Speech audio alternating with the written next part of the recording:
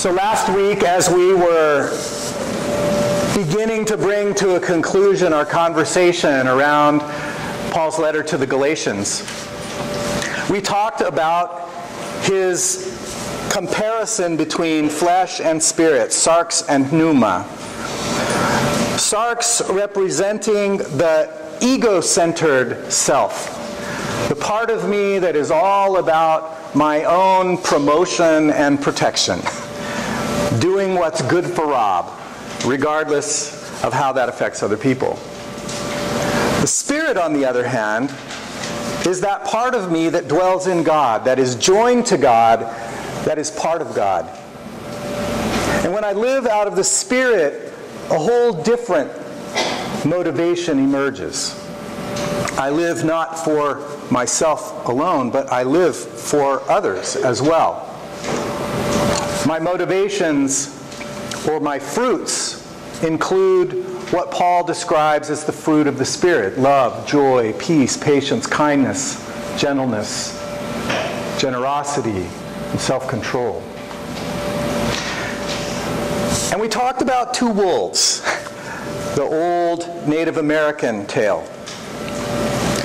that both of these dwell within us, the flesh and the spirit, are part of the whole that makes me up, and I cannot deny that I am both. But I do have a choice about which one I will feed and nurture and nourish.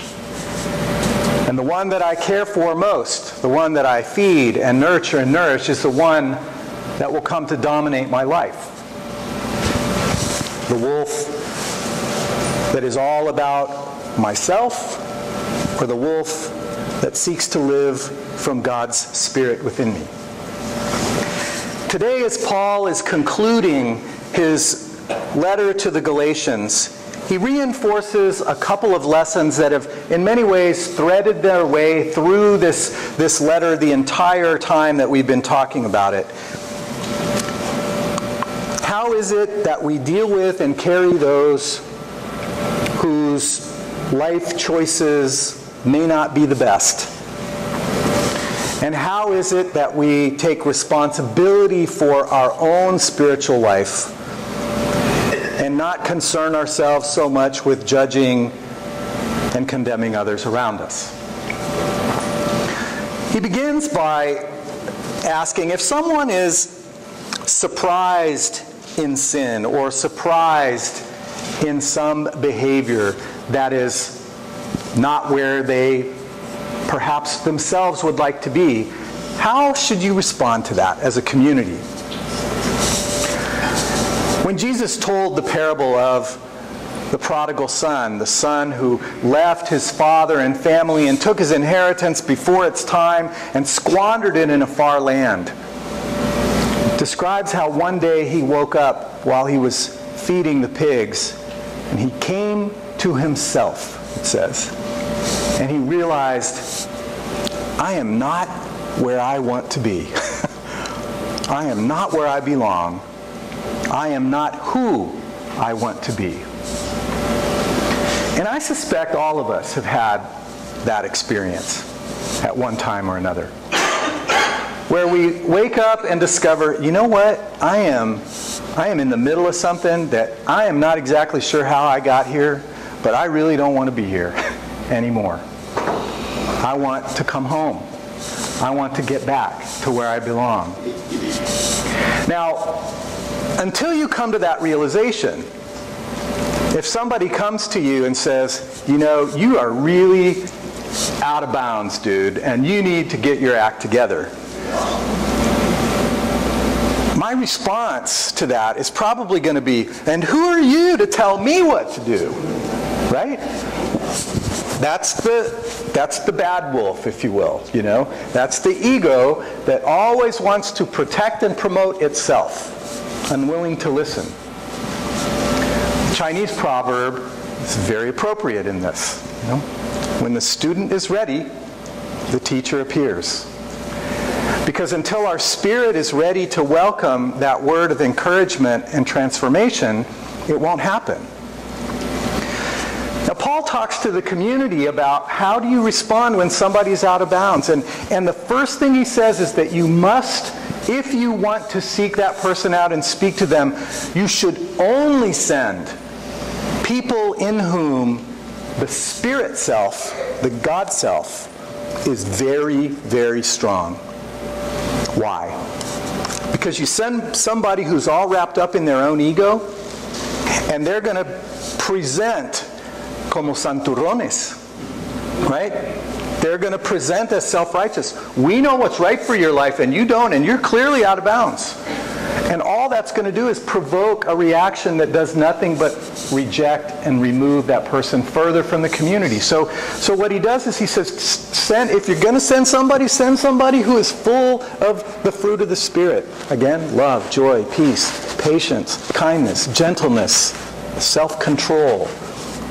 That kind of person, humility, most importantly. Humility, fruit of the Spirit. You can't come to someone who may indeed be out of bounds and need correction, and you can't come out of pride and arrogance and I've got my act together and what's your problem? You cannot do that.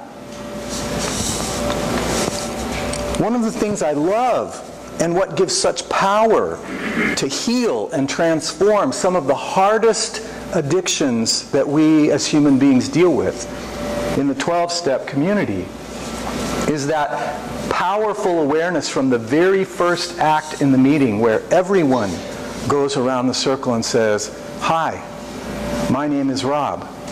I am an alcoholic. Hi, my name is Cindy.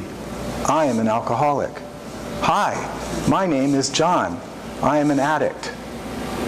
No one claims to be better than anyone else.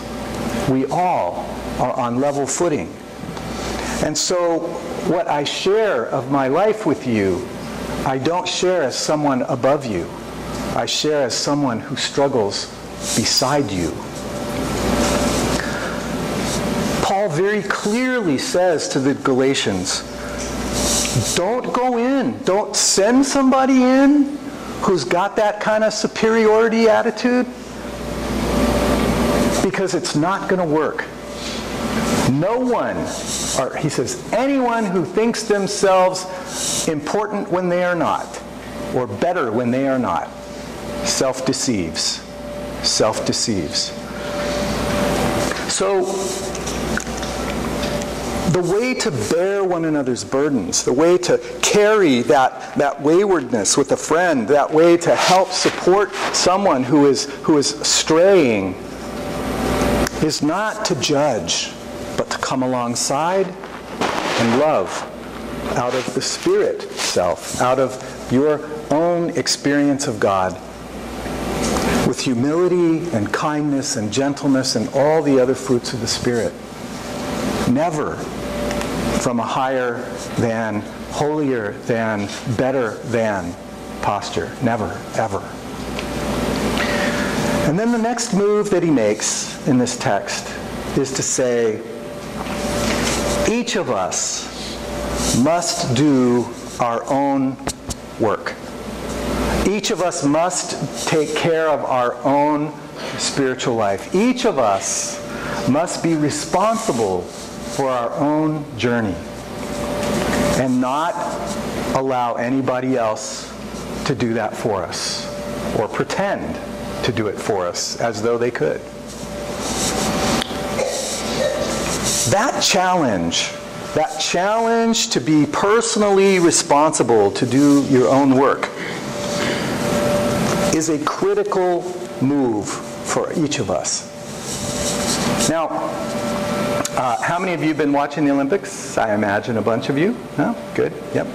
Lots of athletes, lots of competition, lots of folks who are working really, really hard, right? One of the things I learned about training is that when you train, you're really not training to compete with someone else. You fundamentally train to compete with yourself, to better yourself from where you were the day before. So, for example, when I Don't do it anymore, but when I used to weight lift, right? When I used to go into the gym and lift weights, I could walk into that gym and I could look at the Hulk next to me who was lifting 60 pounds with one arm, right? And I could go, ¿Quién soy yo? You know, I'm like nothing, right? You know, 15 pounds, yeah, way to go, Robbie, you know. But if I want to improve, if I want to get better, I can't just sit there comparing myself to this guy who's pumping 4 times what I can do. What I got to do is look at myself. How much did I lift this month? 15. Well, 3 months from now, I'm doing 20. I have made progress. Not by comparing myself to him, but by looking at my own life. When I started doing yoga, I walked into a yoga room for the first time, and there's these people who are doing things that I'm like, oh my God, how in the world does that happen? You know? How do you get yourself in that position? And I remember when I really wanted to learn how to stand on my head, you know, and so I was watching people do it, and I would, after class, I'd put myself up against the wall and I'd jump and just try to throw myself up against the wall and then hope I would not fall over, right? And one of my teachers came up to me very gently, very kindly, and said, Rob, that's not the right way. Would you like to learn how to stand on your head? Yeah, I would. Well, here's what you need to do. The first thing you need to do is learn how to stretch the muscles of your hamstrings out so that you can get enough bend that you can put your butt up over your head with your toes still on the ground. Well, I was about there, right? And I needed to get this with my hiney in the air before I could even begin to lift my legs up. And she said, yoga is like laying one piece of paper on top of another. You can't even perceive the difference between one paper and 2, or between 2 and 3, or between 3 and 4. But if you're deliberate and intentional, before long, you have a stack of 100 pieces of paper, and you compare that to 1, and you can see the difference. So I started working a little bit at a time, not comparing myself to the other students, but looking at my own progress. How much further could I stretch those hamstrings a little bit at a time? Until finally one day, I had my bottom over my head, and I picked up my legs, and there I was, standing on my head. I never thought I'd get there, but I did.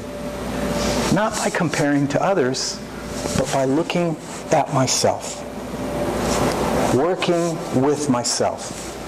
And I think spiritual life is really not any different from that. But unfortunately, we walk around and compare. I can't tell you how many people say, oh, I wish I could pray like you. Or I wish I could have as much faith as you have. Or I wish I could. It's not the way it works.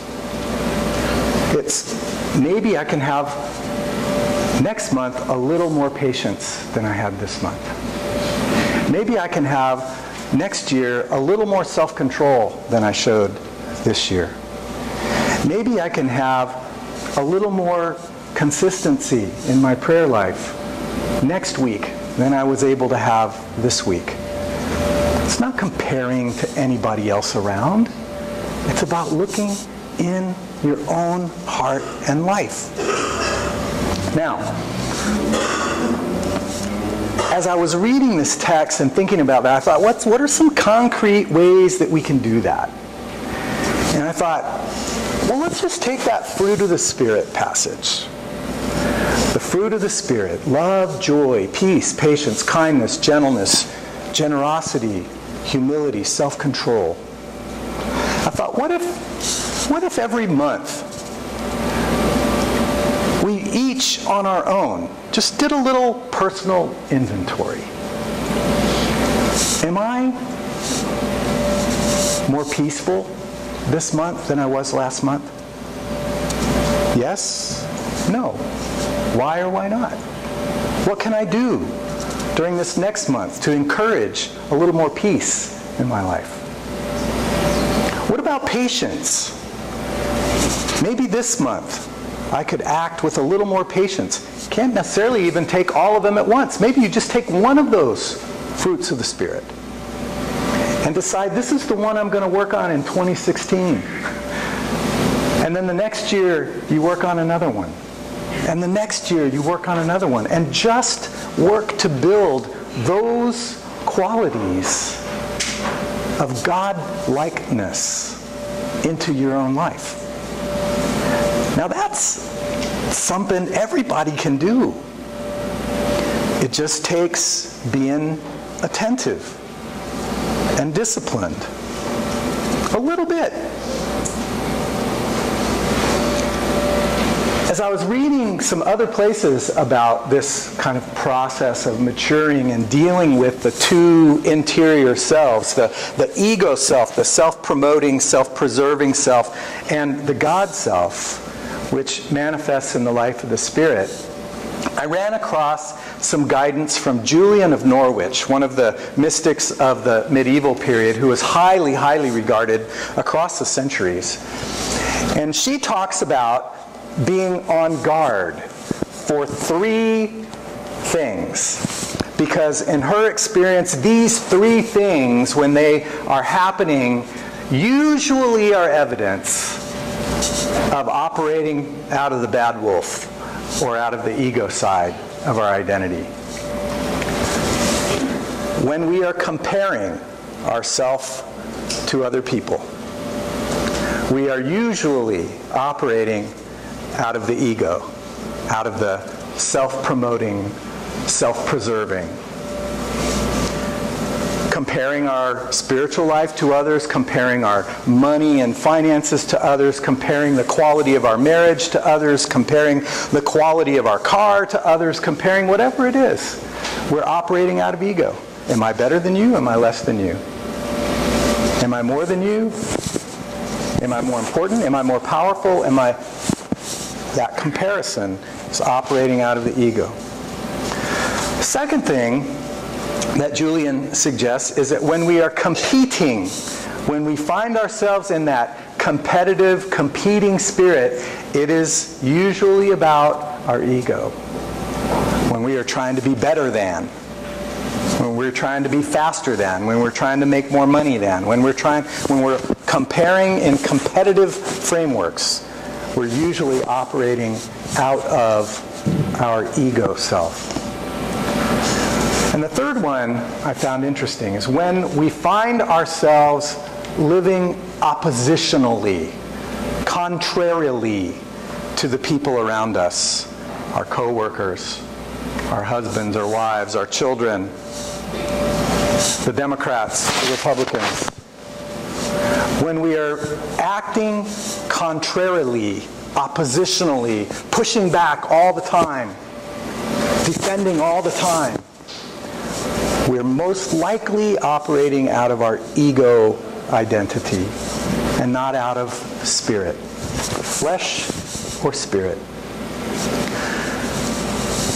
I found those two things helpful to me to think about, because sometimes we want to change. We want to get better. Like I wanted to learn how to do that headstand, but I really didn't understand the concrete mechanisms that were going to help me get there.